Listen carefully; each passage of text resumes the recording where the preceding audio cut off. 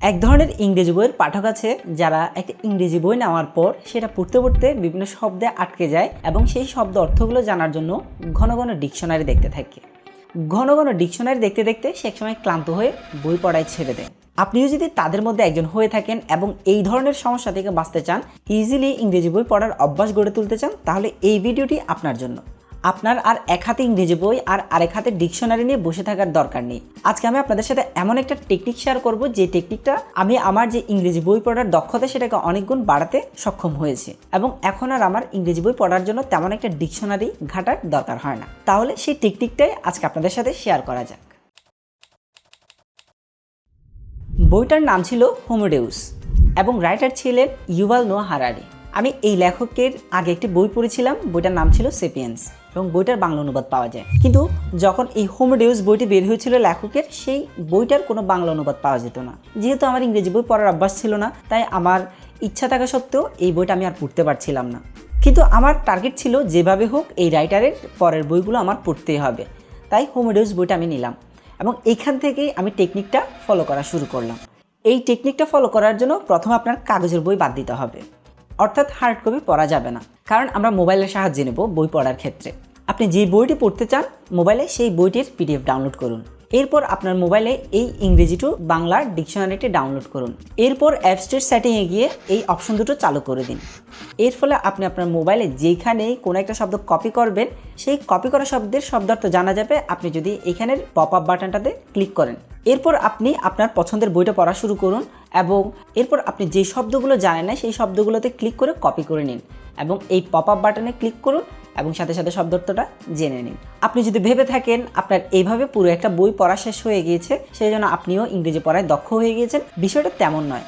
আমাদের টার্গেট এখানে ইংরেজি বই পড়ার চেয়ে যে কোনো জায়গায় যে কোনো পরিস্থিতিতে আমরা যাতে যে কোনো একটা ইংরেজি ডকুমেন্ট পড়ে বুঝতে পারি, পরবর্তীতে যাতে কাগজের বইয়ে শিফট হতে পারি, সেই জন্য নিজেকে প্রস্তুত করাই হচ্ছে আমাদের মূল টার্গেট। আর এই জন্য আপনাকে আমি দুইটা টেকনিক শেয়ার করব, একটা হচ্ছে মিডিয়ামদের জন্য আর একটা হচ্ছে প্রোদের জন্য। আপনি যদি মিডিয়াম লেভেলে যেতে চান তাহলে আপনার কষ্টটা একটু কম হবে, আপনি যদি প্রো লেভেলে যেতে চান আপনার কষ্ট আরেকটু বেশি করা লাগবে। তো প্রথমে আসে মিডিয়াম লেভেল। আপনি যে বইটা পড়েছেন, যতটুকু পড়েছেন, কপি করে করে যে শব্দগুলো দেখেছেন, আপনি এই অ্যাপসটাতে আবার ঢুকবেন। ঢোকার পর হিস্টোরিতে যাবেন। হিস্টোরিতে গেলে সেগুলো সব সিরিয়ালি দেওয়া থাকবে শব্দগুলো। আপনার কাজ হচ্ছে খাতার মধ্যে শব্দগুলোকে সিরিয়ালি লিখে নেওয়া, পাশে শব্দার্থ লিখে নেবেন। এরপর আপনি শব্দগুলোকে কয়েকবার দেখে দেখে মুখস্থ করার চেষ্টা করবেন। বাংলা অর্থ ঢেকে রেখে আপনি শব্দগুলোর অর্থ বলার চেষ্টা করবেন। এভাবে আপনি আপনার ব্রেনকে পুশ করতে থাকবেন এই শব্দ অর্থগুলো জানার ক্ষেত্রে। এখন অনেকে প্রশ্ন করতে পারেন, এটা তো আমি যে কোনো র্যান্ডম শব্দার্থ শিখেও করতে পারতাম, কিন্তু আপনি যদি যে কোনো র্যান্ডম জায়গা থেকে শব্দার্থ কালেক্ট করে শিখেন, সেটা কয়েকদিনের বেশি আপনার মাথায় থাকার কথা না, কারণ আমাদের ব্রেন গল্প এবং কানেকশন পছন্দ করে। আপনি এখানে দুইটা কাজ করছেন একসাথে। একটা হচ্ছে আপনি একটা বই থেকে শব্দার্থগুলো পড়ছেন এবং সেগুলোকে একটা খাতায় লিখছেন, আর এই পুরো প্রসিডিউরটার একটা ভিজুয়াল আপনার মস্তিষ্কে জমা হয়। র্যান্ডম শব্দ যদি আপনি আপনার মাথায় নেন বা একটা ডিকশনারি নিয়ে আপনি বিভিন্ন র্যান্ডম শব্দ শেখা শুরু করেন, সেই শব্দগুলো আপনার মেমোরিতে থাকার সম্ভাবনা অনেক কমে যায়। যেখানে আপনি কোনো একটা গল্প থেকে যদি কোনো শব্দার্থ টুকে নিয়ে সেটা শিখেন, সেটা আপনার মেমোরিতে অনেক দিন পর্যন্ত থাকবে। এইবার হচ্ছে আপনি যদি প্রো হতে চান, আপনি যদি ডিকশনারির প্রতি নির্ভরশীলতা আরও অনেক কমিয়ে আনতে চান, তাহলে এই কাজটা করবেন। আপনি যে শব্দগুলো নোট খাতায় তুলেছেন সেই প্রত্যেকটা শব্দের বিপরীতে 3টা সমর্থক শব্দ এবং 3টা বিপরীত শব্দ পাশে লিখবেন। কোনো বই থেকে ইউনিক 1000টা শব্দ নিয়ে তার বিপরীতে আরও 6000 শব্দ আনেন। সেখান থেকে যদি আপনি মিনিমাম 4 থেকে 5000 শব্দই শিখতে পারেন, সেটা হোক 6 মাস বা 8 মাস কিংবা 1 বছরে, দেখা যাবে আপনার সাবকনশিয়াস মাইন্ডে ইংরেজির প্রতি যে ভীতিটা সেটা অনেকটাই কমে গিয়েছে। আপনি যে কোনো মুভি, যে কোনো টক শো কিংবা যে কোনো ইংরেজি বই পড়তে গেলে সেই শব্দগুলোকে আর আপনার ভয় লাগবে না। ইভেন আপনি অনেকগুলো শব্দ কখনোই দেখেননি, এমন শব্দ আপনি 50 to 70% একুরেটলি অনুমান করতে পারবেন। এটাই হচ্ছে এই প্রক্রিয়াটার সবচেয়ে ভালো দিক। এই সম্পর্কে আপনাদেরকে আমি কয়েকটা পরামর্শ দিতে চাই। সেটা হচ্ছে আপনি প্রথমে একটা বই টার্গেট করেন, ওই বইটা আপনি পুরোটা পড়েন, ওইখান থেকে শব্দ সবগুলো নিন এবং আপনি মিডিয়াম বা প্রো লেভেল যেই কোনো একটা ফলো করেন। আপনার যতটুকু মনে হয় আপনি পারবেন তো সেটাই ফলো করেন। আপনি মিডিয়াম লেভেলটাও যদি ফলো করেন, শুধুমাত্র একটা শব্দ এবং তার অর্থ যদি শিখেন, তাহলে আপনার একটু সময় বেশি লাগবে কিন্তু কষ্ট কম হবে। কিন্তু আপনি প্রো লেভেল দিয়ে যদি ফলো করেন, তাহলে আপনার একটা বইয়ে অনেক সময় লাগবে কিন্তু আপনি ইফেক্টিভলি অনেক কিছু শিখতে পারবেন। এবং এই একই রকমের কাজ আপনার আর দ্বিতীয় কোনো বই গিয়ে তেমন একটা করতে নাও হতে পারে। যদি করতেও হয় সেখানে শব্দের সংখ্যা অনেক কমে আসবে। তো এই প্রো লেভেলটা ফলো করার পর আপনার হাতে একটা ভালো টাইম রাখুন, তাড়াহুড়ো করার দরকার নেই এবং নিজের প্রতি অনেস্ট থাকুন এই শব্দগুলো আসলে আপনি বুঝেন কিনা, জানেন কিনা। বিষয়টা এমন নয় যে আপনি এই 100টা শব্দ শিখেছেন এবং আর কখনোই সেটা দেখবেন না। আপনার অলরেডি ধরেন 500টা শব্দের অর্থ জানা হয়ে গিয়েছে। এটা মাথায় রাখার অন্যতম উপায় হচ্ছে আপনি একটা নির্দিষ্ট গ্যাপ পর আবার সেই 500টা শব্দ অল্প করে দেখে নেবেন। আপনার মেমোরি সেগুলোকে আরও ভালো করে মাথায় গেঁথে নেবে। এইভাবে আপনি একটা সময় মুখস্থ হয়ে যাওয়ার পর জিনিসগুলোকে বারবার রিভিশন দেবেন। এবং এই যে শব্দগুলো আপনি শিখলেন, আমার পরামর্শ থাকবে শব্দগুলো শেখার পর নতুন কোনো বই শিফট করার আগে এই সবগুলো শব্দ আয়ত্ত করে আপনি বইটা আবার পড়েন। এই যে শব্দগুলো শিখলেন আপনি নতুন, সেগুলোকে আপনি আবার ইমপ্লিমেন্ট করেন।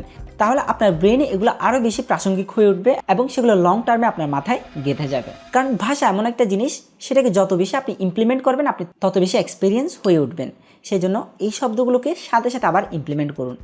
মাথায় রাখবেন, এই বইটা আপনি পড়ছেন শুধুমাত্র এই বইটার কন্টেন্ট জানার জন্য না, এই বইটা পড়ছেন আপনি কন্টেন্ট জানার পাশাপাশি শব্দার্থ শেখার জন্য। সেই জন্য আপনার এই বইটার জন্য স্পেশাল এফোর্ট দেওয়া উচিত, অর্থাৎ এই বইটা 2বার পড়া উচিত আমার মতে, তাহলে সবচেয়ে বেশি ইফেক্টিভ হয়। আপনি যদি এই জিনিসগুলো ফলো করতে পারেন তাহলে আপনার জন্য অনেক কিছু স্মুথ হয়ে যাবে। প্রথম যে সমস্যাটা সেটা হচ্ছে আপনার কোনো পছন্দের বই অখাদ্য মার্কা অনুবাদ পড়ার দরকার হবে না। আমি অনেকে বলতে শুনেছি, ভাই তুমি এই বইটার এত প্রশংসা করলা, এখন এই বইটা কেনার পর এই বইটার অনুবাদ পড়ার পর আমার মনে হলো এটা গুগল ট্রান্সলেট করা। বিভিন্ন জায়গায় বিভিন্ন ভালো ভালো আত্মোন্নয়নমূলক বইয়ের যেই ভালো ভালো রিভিউগুলো পান, সেগুলো পেয়ে আপনি একটা বইটার অনুবাদ কিনে আনেন। অনুবাদটা পড়ে আপনি 3 পেজ পড়ার পরে ক্লান্ত হয়ে যান, কারণ লেখাটা হচ্ছে পুরো রোবোটিক স্টাইলে লেখা। আপনার এই ধরনের ঝামেলাগুলো আর ফেস করতে হবে না। আপনি পৃথিবীর বেস্ট বইগুলো তাদের নিজস্ব ভাষায় পড়তে পারবেন। দ্বিতীয় সুবিধাটা হচ্ছে আপনি এই টেকনিকটা ফলো করার পর যখন কোনো একটা ইংরেজি বই পড়তে যাবেন তখনও আপনি কিছু কিছু শব্দে আটকে যাবেন, কিন্তু আপনি আটকে গেলেই যে আপনার ডিকশনারি হাতে নিতে হবে ব্যাপারটা কিন্তু এমন না। যেহেতু আপনি বেশিরভাগ ইংরেজি শব্দের অর্থই জানেন, তখন আপনি পুরো কনটেক্সট থেকে বুঝে নিতে পারবেন আসলে এই শব্দটার অর্থ কী হতে পারে। কারণ আমরা যেমন বাংলা 100% শব্দ সবগুলো জানি না, ঠিক তেমনি ইংরেজি 100% শব্দ আমাদের পক্ষেও জানা সম্ভব না। আমাদের জন্য যেটা সম্ভব সেটা হচ্ছে একটা ডিসেন্ট পরিমাণ ইংরেজি শব্দের ভোকাবুলারি জানা থাকা। আর এই টেকনিকটা ফলো করলে আপনার এই জিনিসটা ইজিলি স্মুথ হয়ে যাবে। আপনি যে কোনো কনটেক্সট থেকে বুঝে নিতে পারবেন এই শব্দটা কী হতে পারে, আপনার ডিকশনারিতে আর হাত দেওয়ার দরকার হবে না। কিন্তু আপনি যদি আরও বেশি অ্যাম্বিশাস হন, আরও বেশি ভালো করতে চান, তখন আপনি এই প্রসেসটা আরও কয়েকটা বই ফলো করতে পারেন। অনেকেই বলে একটা ইংরেজি মুভি দেখলে কিংবা একটা সহজ ইংরেজি বই পড়ে সেখান থেকে শব্দার্থগুলো শিখে ইংরেজিতে আস্তে আস্তে স্কিলড হওয়া যায়। কিন্তু আমি এই জিনিসগুলো ফলো করেছি, কিন্তু এগুলোর লার্নিং যে প্রসেস সেটা অনেক স্লো হয়।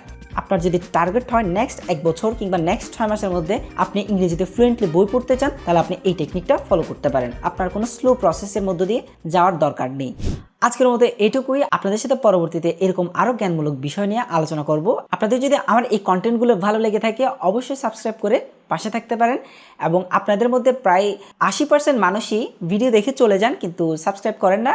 যদি আপনাদের ভালো লেগে থাকে অবশ্যই আমার রিকোয়েস্ট থাকবে আমার চ্যানেলটা সাবস্ক্রাইব করার জন্য, লাইক করার জন্য, এবং আপনার যদি মনে হয় আপনার কোনো বন্ধুও ইংরেজিতে ভালো করার জন্য খুবই ডেসপারেট, তার কাছেও এই ভিডিওটা আপনি শেয়ার করে দিতে পারেন।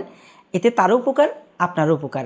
হয়তো দেখা গেল আপনিও তার সাথে নলেজটা শেয়ার করতে পারলেন এবং আপনারা দুজন হয়তো গ্রুপে স্টাডি করে কিংবা কুইজ আকারে একজন আরেকজনের কাছ থেকে প্রশ্নগুলো করে মাথায় রাখতে পারেন।